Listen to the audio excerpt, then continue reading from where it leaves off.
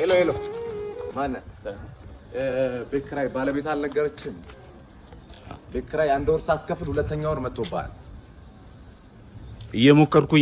እየሞከርኩኝ ነው ትላለህ እንዴ? አትሰማም እንዴ?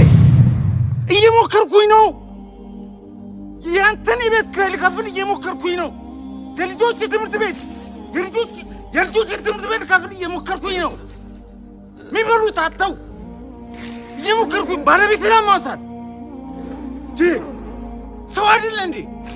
ይኸው ተመልከት።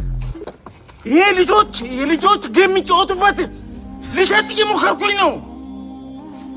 አስብ እንጂ ሁሉም ሰው እየሞከረ ነው በዚህ ሰዓት። እጁን አጣጥፎ የተቀመጠ ሰው አይደል እንዴ?